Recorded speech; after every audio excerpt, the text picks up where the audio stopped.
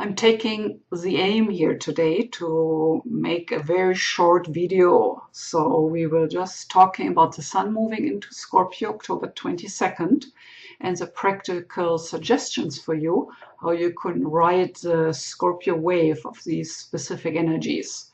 So as you know, usually my videos run around 20-25 minutes, and that's a more in-depth and satisfying way to do it. But because of your comments that some people like to have shorter videos, here I'm giving it a try. Whenever the sun moves around the 21st, 22nd into the next sign, this is when our surrounding energies are really shifting, and it's good to know what those new energies are about so we can adjust and use them.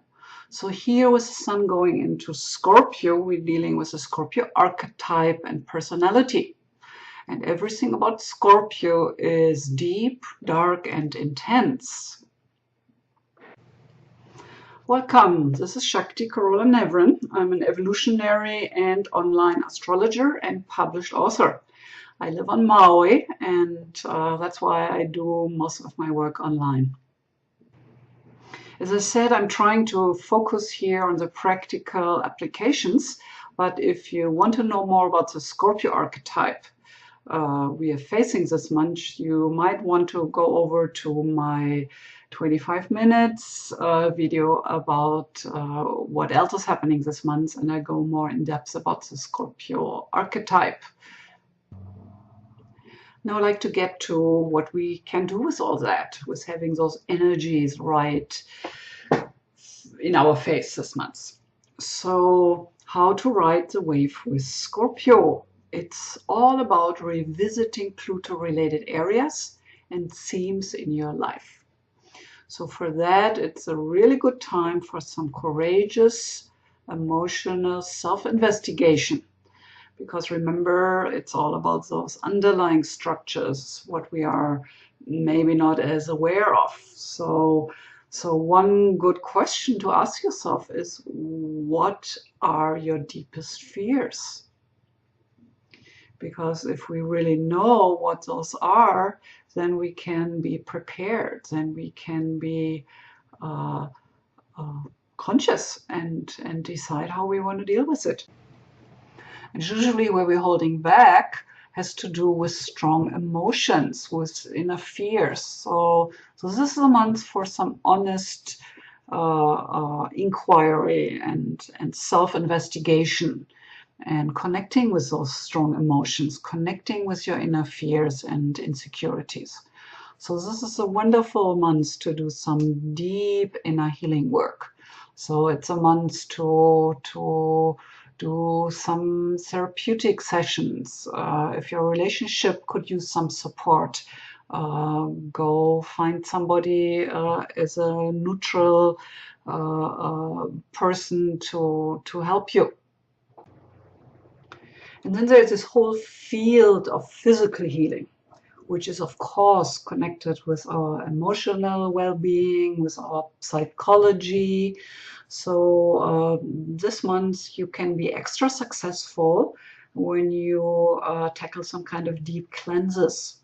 So one of my favorite to do once a year is colon therapy, where you can do a week or 10 days where you are on a special detoxing diet and you do the colon flushes, and it really cleans out a lot of hardened debris from your colon, and your belly gets actually small afterwards.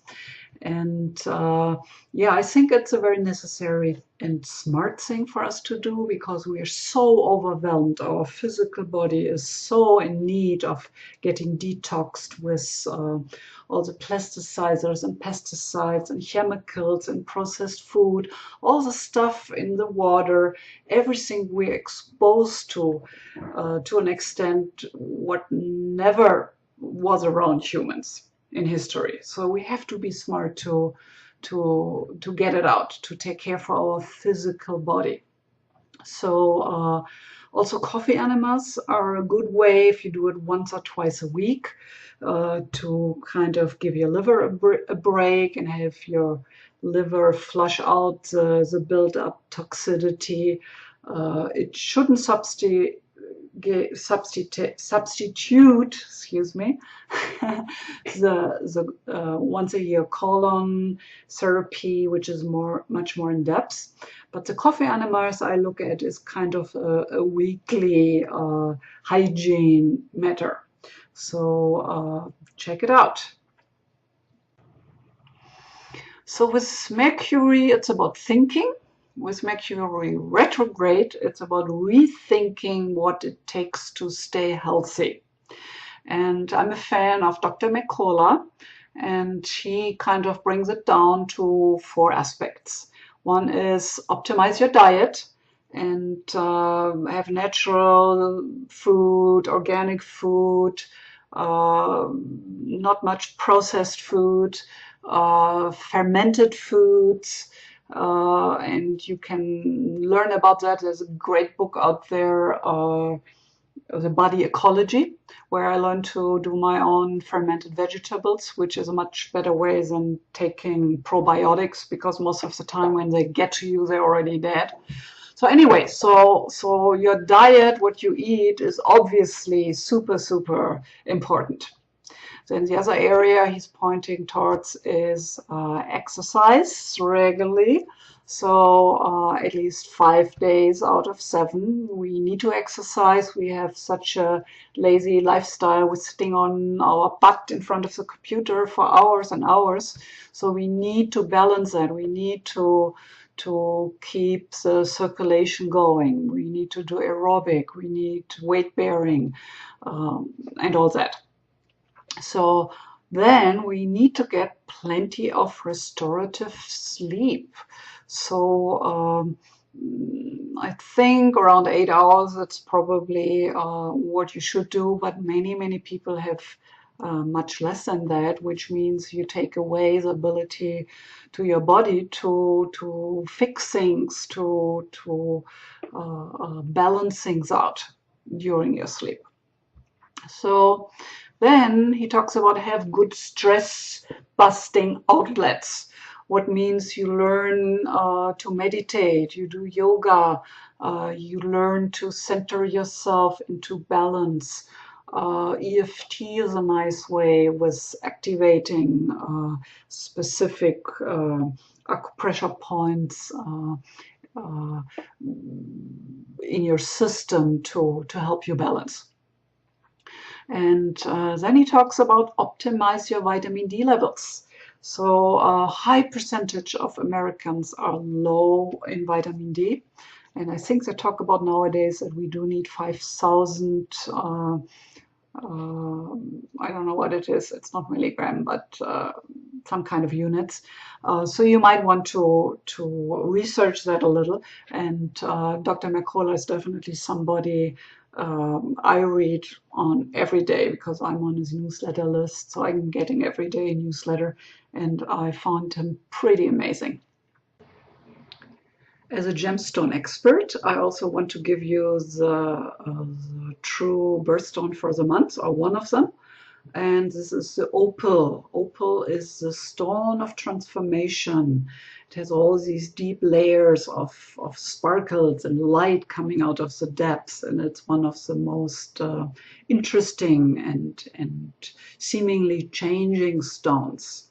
So they come in the whole rainbow, and just go with the color range you feel attracted to. So the high potential of Pluto we call the phoenix out of ashes.